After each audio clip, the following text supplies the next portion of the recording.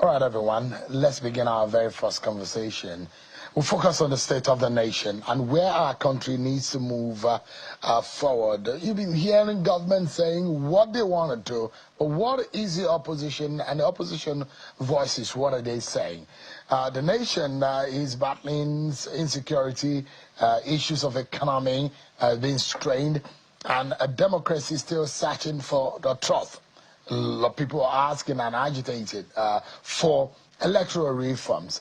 And tonight also, the issue of the internal politics in the Labour Party gets our attention, which was a rally party that was a rallying point for a lot of young Nigerians, is now facing some internal division as the 2027 election race quietly takes shape. Hello everyone, welcome to my channel Telecast TV. I'm Miracle Angala. You're watching a conversation with Senator Datti Baba-Ahmed, former Vice President of the Labour Party in the 2023 election. Speaking, should Eriga succeed Yakubu as Inec chairman come 2027 election? Endeavor to watch to the end. Don't forget to hit the notification bell, subscribe, like, comment, and share your thoughts. Don't miss trending videos. With promises of security and prosperity still unfulfilled in many ways and causing frustrations for some Nigerians, and the questions keep coming up on the streets of Nigeria. Tonight, I will be joined by the vice presidential candidate of the Labour Party in the 2023 presidential election, Senator Datti Baba-Ahmed is live for us here in our studio. Thanks so much indeed for joining us tonight on the program. Hi, Shu. How are you today? Very well, thanks. Yeah, I hope that you've gone to realign your registration because Inec has started that process. This week? Yeah, they'll start, the online has started on Monday. This week, yes. Yeah, on Monday they will start. How does that make, what do you feel about that process? Normal. Nothing special about it. You've been very critical of Inec. So I imagine that, from the by-elections and the conduct, in your own assessment, what do you think? Before what I think, let's get something straight. Let's mark out certain boundaries. A statement of fact is not, in effect, a criticism. The whole Nigerian media reports insecurity better than opposition members or politicians do. But when the mainline media report it, it's normal. When an opposition politician says there is insecurity, or those who promised security have failed in providing that security, then it becomes criticism. But in reality, it's a statement of fact. Over and beyond that, some people go to categorize statement of fact as personal attacks. Some people go to the extreme level of saying that they are insults. In reality, they are not, for God's sake. Some people who do politics are in business of politics to make better their societies or their country. In so doing, you cannot afford to close your eyes. Others make a living by actually undoing what people like me are doing. And for what is left in the rest of this administration, sometimes one feels like, okay, you said there is security, let's see it. You said the economy has improved. Let's see it. The question you're asking me about Inec, I have never been critical. I don't have energy to spend on criticizing Inec. Inec conducted a fraudulent and bad election, which is not, up to now, consistent with the Nigerian Constitution, the declaration itself. And I stated it. They have finished us. They have declared a government that is in place and providing the kind of governance they can provide. So I have no business with INEC besides the statement of fact. Now, having cleared this, and it is very, very important to do so, statement of fact, Let INEC do what they feel like. Let their conscience judge them. Let posterity judge them. Let Nigerians judge them. By November this year, Yes. Professor Mahmood Yakubu's time at INEC will gradually wind down. In your own view, the leadership of INEC could be very critical. Nigerians are asking for electoral reforms and looking forward to an election that will bring some level of trust in our democracy. What are your own views about who should be the next who should lead INEC going forward into our critical 2027 elections? Very simple answer. A credible person. That's all I want. That's all I want. A credible person. Not somebody who would clearly read what the Constitution provides. 25% in at least 2/3 of the states of the Federation and the FCT, and go ahead to breach the Constitution and put Nigeria in what Nigeria is in today. Just one individual. If you recall, I told you, throughout human history, individuals make or break nations. This man is going to be responsible for what has happened, what is happening in Nigeria. It is wrong. I still say it is wrong up till now. Without apology, it's a statement of fact. Another arm of government upheld what he did. I beg to say, as small as I am, by the service of God Almighty in my heart, it is wrong what they upheld. But you were proven wrong by every institution of state. We were not wrong. Well, the court says you were wrong. No, they have the power to say we were wrong. Now, this is another clarification we have to make. The courts have the power to say you are wrong, even if you are not wrong. And we were not wrong. That election was rigged.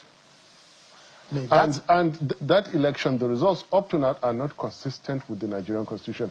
Anyway, leave that. You asked me who I want is not important. I want a credible person. I would rather we talk about democracy for once. I would rather we talk about the Fourth Republic for once. I would rather we talk about the average Nigerian citizen for once. Because the Nigerian politician, the Nigerian elite, and the Nigerian leaders. Because our election is at the heart. Yes. Because it's a process of choosing a leader. No matter what kind of state that you have, where you don't have the right leader, you're set for a disaster. And that is why it is important for us to get it right in the choice of those who conduct our elections, because it determines how our country goes, because it determines our leaders. I couldn't agree more with you that our leadership recruitment is all and everything about Nigeria now. And electoral fraud is right now the single most important fact to be addressed in our life as a nation, even beyond insecurity. Insecurity is derived from electoral fraud. The way we have it now, Nigerian election gave birth to the kind of insecurity we have today. But there isn't enough time to discuss it now. Or I can prove it. Corruption is aggravated by the kind of electoral fraud that we have. The destruction of our youth, the destruction of our systems, including the judiciary, these are all guaranteed by the types of elections we hold. So, yes, you couldn't be more correct, and I could not agree on you on anything more than our leadership recruitment is the bane of our problems today. You look at where we are as a people today, and there are a lot of factors that happened globally that could have pointed us into prosperity. COVID could have taught us a lot of lessons that would have directed us in the way of tech and innovation. Because in the rest of the world, it braced them up for the worst, and it helped them to wake up. There's some part of their brains that weren't working before COVID, and a lot of things started happening. A lot of businesses came to boom after COVID. The war in Ukraine and Russia gave rise to a lot of countries' prosperity. Nigeria is quite different. Sorry to cut in. Absolutely. I want to say a lot in this, our engagement. Nigeria is quite different from the countries you're talking about, and Right now, all Nigeria needs to prosper is good leadership. That's one. That's the In fact, the one and only. That's the one and only thing. Everything else will fall in place. We have been underestimating how industrious Nigerians are. A Nigerian from a badly disadvantaged state raises a little capital, and you find him in China, in South Korea, creating businesses out of necessity. Come back to Lagos, come back to Abuja, and those people are thriving. All we need in Nigeria today is good leadership, and everything else will fall in place. Insecurity will be sorted with the right leadership. But to get that right leader, you must produce them through the right way. Well, do we have that sort of... You were on the ballot as a running mate in 2023. Does it look like the year that we could have gotten it right? If not, 2027, do we have a possibility of getting it right as a people? I doubt 2027. Why? Quite frankly, I'll come back to that. But your question is spot on, but could even be more so. 2023 was not exactly there. 2015 was there, but not just to get the election, but to get the right leadership. 2015 was when Nigeria was disappointed, was when Nigeria was let down. 2015 was when we realized that some people are in Nigerian politics for the wrong reasons. Here is a government, no names called, given power easily, not even going to court against them. Took 6 months to form the government, and then, corruption started afresh. Insecurity took new dimensions and everything. Your question, as good as it was, is that was 2023 or 19 or 15 the time that Nigerian leadership would have begun to answer their names? Good leaders begin to Nigerian politics produce good leaders. When in 2015 we thought it was good leadership produced, we came to realize it was indeed bad leadership produced. That was when yes. Buhari came into power. I don't want to call So names. you thought, let's... the facts are there that when you mention the year, I know, okay, yeah. So it's a fact that you thought that a lot of Nigerians were disappointed. The Buhari government came with a lot of hopes and expectation. That's what you meant. Absolutely. Nigerians were disappointed. Absolutely. Was there something that Buhari could have done? I mean, coming with that huge expectation, someone that had run for the fourth time and won the election, excuse me, running and hoping that he's going to make Nigeria better. What would you say was a problem? Was it an issue of lack of preparedness, or the fact that there were no intentions of good governance? Do you really want me to say it? Absolutely. May God forgive all of us, especially the departed. I did mention that some people were in the game for the wrong reason. And I think we're not far from the truth in that regard. Here was a gentleman that was retired from the army, removed from power at the age of 42. No trade to his name. So the first thing to do, of course, after coming out from the 3-year detention and everything, politics.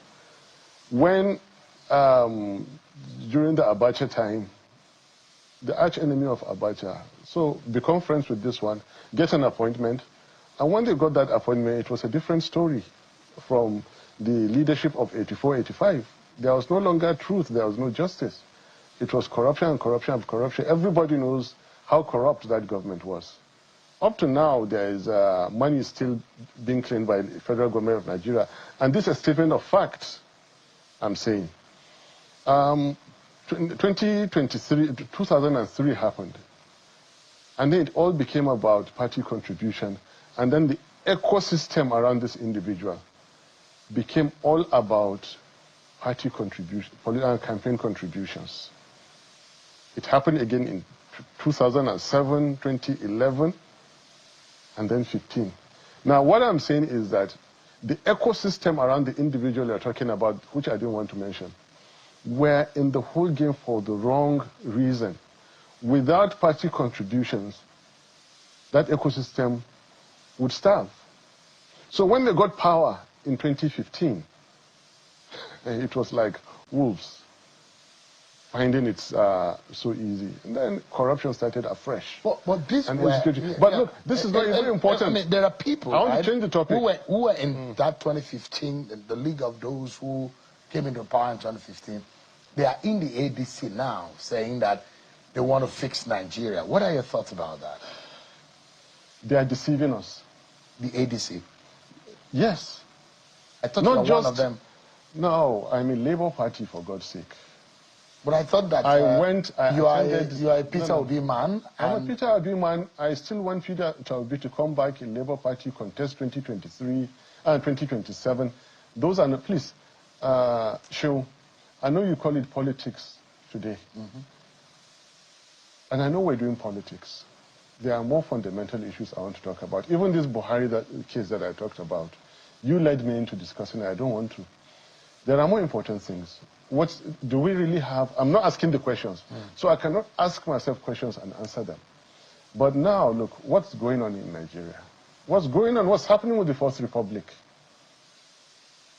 The armed forces that we cried about, the whole world cried about, actually spent money to bring in democracy, suppressed their own desires to bring in democracy. What is happening with this democracy? What's happening to the Fourth Republic? It's more important for me to discuss this than to discuss... so if you look at what is going on in the present Nigeria, and you imagine that either you belong to Labour Party, ADC, PDP, or APC, at the end of the day, Nigeria is Nigeria. And we need to care for the well-being of our dear nation. The trajectory of, first and foremost, of our economy. Yes. Are we on the right track? Are we possibly or likely to have be in the right shape of mind in getting things right? Brilliant question. One of my professors at Harvard Business School, in fact, the director himself, on a goodbye note, he said to me, but I want you to be more patient and tolerant about the way you will be misunderstood because of the way you present. And what you work on in your mind is usually not the typical. I have put that at the back of my mind. Apparently, he's not just the only one who said it. You spoke about the economy. Economic orientation of a young nation way back in 1960, becoming independent from the British Empire that found oil and gas, agric potentials, solid mineral potentials and everything, but then a complicit public system. Now, this is what I have been seeing in the last, not just saying doing. You go to a doctor, for example, out of 100 ailments, he needs to be 100% sure the particular ailment he's going to treat you for is your problem. Otherwise, you have a bigger problem. A factor of 10,000. Out of 10,000, you need to pinpoint what really is our problem now. And I think what Nigerians are not used to hearing. On the governance side, I told you it was electoral fraud. On the economy side, it is procurement.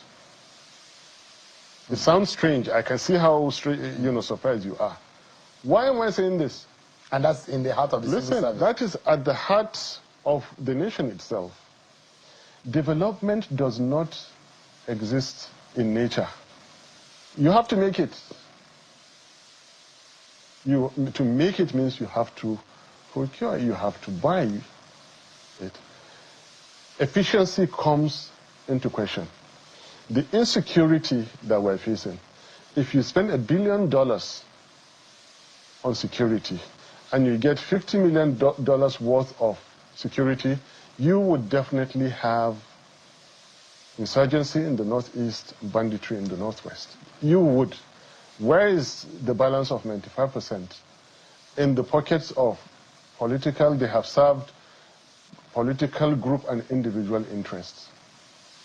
This is procurement. Let me tell you something so basic because of lack of time. Everybody knows this story. David on Goliath. Everyone knew it was a lost battle. But how did it happen?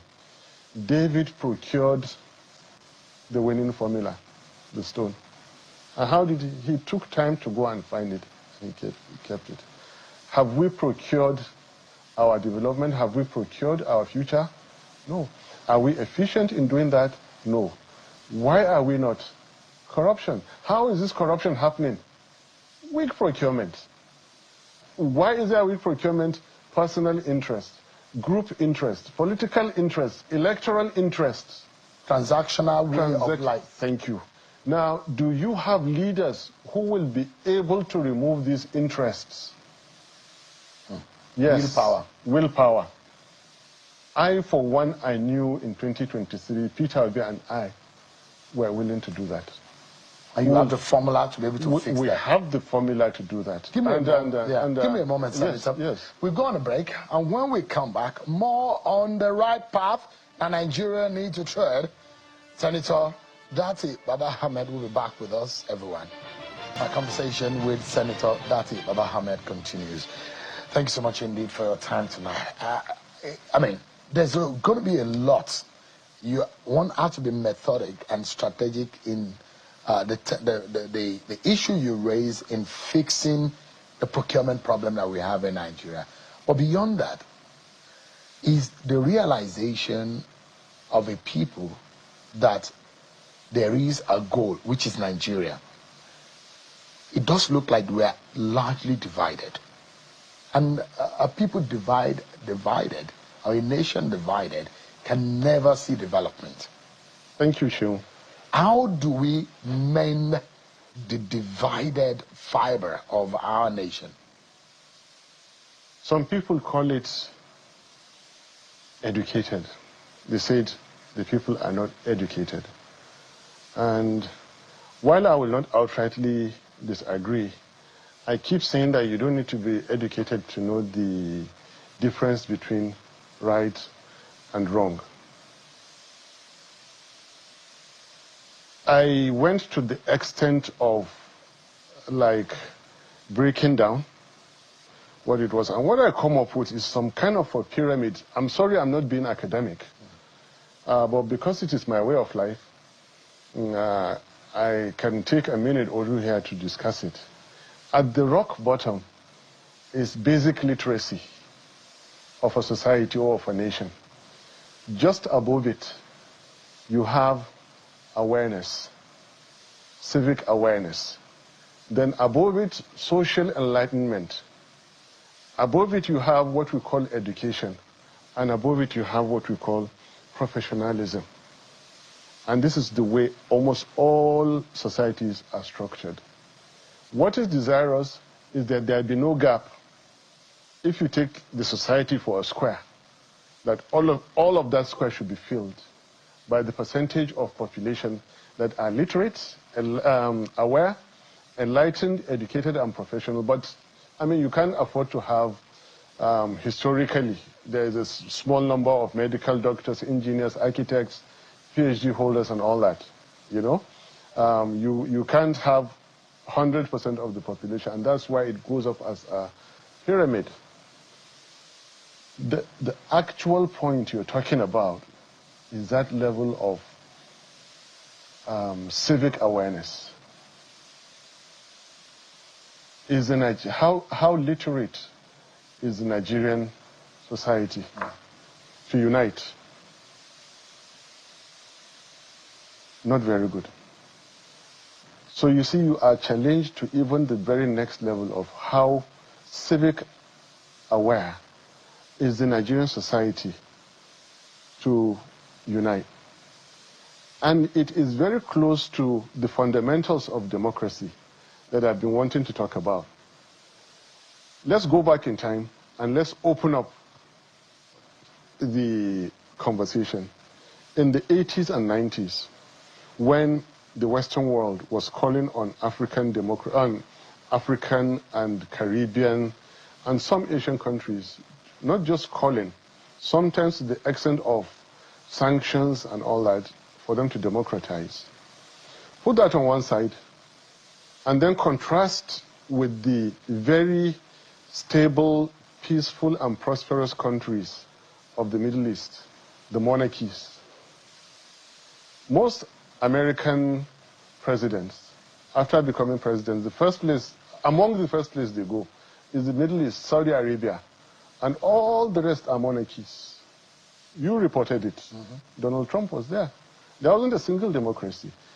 I plotted on a graph the stability and the type of government. This was in 2022. And in the Middle East, all the monarchies are stable and prosperous and peaceful. All the either dictatorship or military or something else were under occupation of militias. All of the Middle East without exception. Africa, Nigeria inclusive, had to swallow that pill.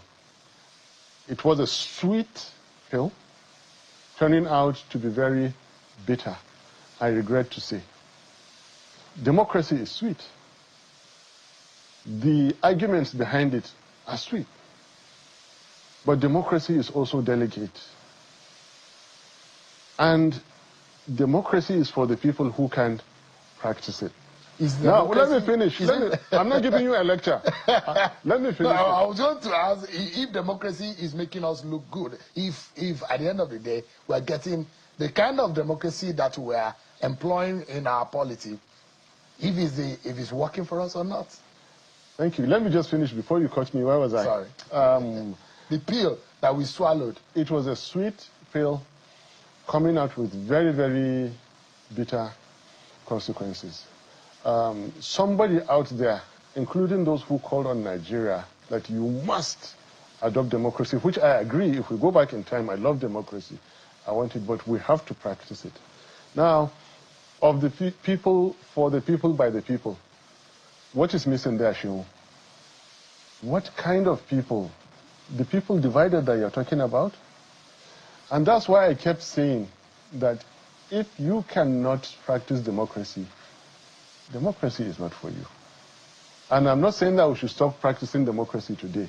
What I'm saying is that we must practice it. And it is not rocket science. It's not impossible to practice it. The first thing we should do is that our electoral system must produce the leaders that are elected by the people.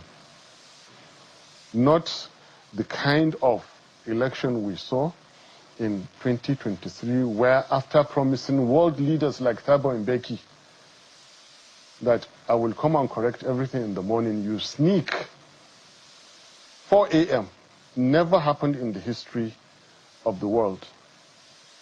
4 a.m. to go and declare a government that is still misruling us today. The second perspective is that are the Nigerian people able to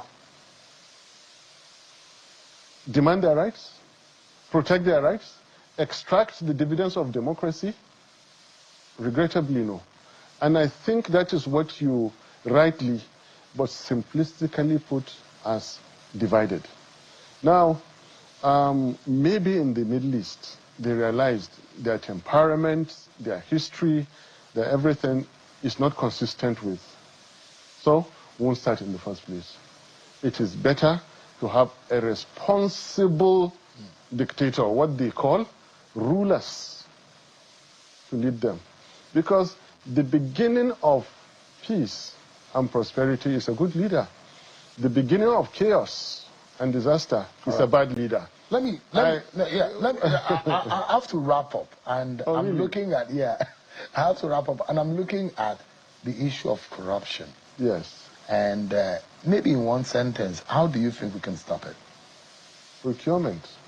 That you mentioned earlier. Yes. Maybe you don't know this. Way back in 1999, We're not talking of politics now. You are asking somebody who is deeply involved. I was behind the documents that led to what you see today as BPP. Yeah. So you're asking me what I know. Well, I'm not claiming to know more than anybody, but the evidence is there. When we handle it well, when we do it well, we will rid our nation of corruption. Just mark what I said. Development does not exist in nature. You have to make it. All right. You have to buy your security. You have to buy your peace. You have to create your prosperity. And if you are deliberately wasteful in doing that, like we are, kilometer of road, bed space in hospitals, the public institutions, universities that we know. For example, way back in 2010, 2011, somebody creates a university with 2.5 billion, and somebody else in government is starting a public university with 10 billion in a temporary site. These are all procurement issues. So that is corruption. Yeah. And let me repeat, when you have leaders that remove personal, group, and political interests from governance, then you are beginning to fight corruption. So now, what happens now is intrinsically, Nigerian leaders come in by default, and Nigerian people seem to have accepted it. Once you have taken power over the Nigerian state, give the contracts the way you want them, share the oil wells the way you want them, make the appointments the way you want them, do it, and no Nigerian will come out to oppose you on that. All right. And this is not democracy. In fact, even the parliamentarians are silenced through different means, including threat of not being re-election and many other things. And those of us who are not in parliament, we see all sorts of threats to our personalities, to our own persons, to our own businesses, and all that. All right. Yeah. We need to go now. But would you be contesting in 2027? Good question. If Nigeria is still around, and there is an electoral system to follow, my love for Nigeria is undying. Mark that. I will appropriately associate with the groups and individuals I think are like-minded, and will try to rescue Nigeria. But you would like to still run with Peter Obi? Absolutely. But if it's not coming to Labour Party, you are not willing to leave the Labour Party? If you had heard what I was saying on air 2 months ago, there are 2 individuals I will succumb to. The first one has not said so. I will not say it on his behalf. The second one is Peter Obi. I'm always with Peter Obi until he decides not to. Who is the first person? I just told you that it's not my place to say it. Sooner no, but I mean, you're not asking him, but at least he has a name, he has an identity. He has an identity. Is that Rotimi Amaechi? No. All right. But Rotimi Amaechi is a good guy. He's a good person. You can deputize him. By the way, why do you think I have to be a deputy? No, because there is an arrangement that you followed. Yes. Which meant that you deputize the zoning arrangement. Yeah. So that's why I But don't keep looking at me as a deputy, please. All right. Yeah, but Rotimi Amaechi is good. Then you can forgive all past. He's one of those you can forgive because I think he's someone that can always adapt. All right. Peter Obi is always welcome.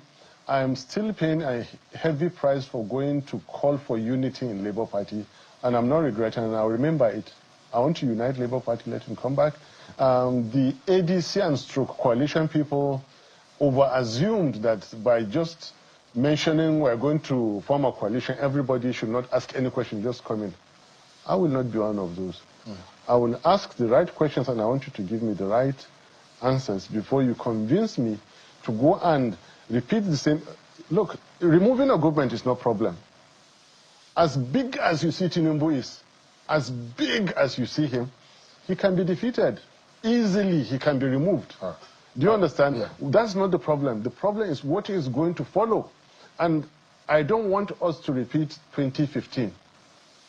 Form the coalition, deceive the whole world that here is a credible government that's coming, and then bring in the worst government Nigeria has ever seen. Senator Datti Baba-Ahmed, thank you so much indeed for your time today.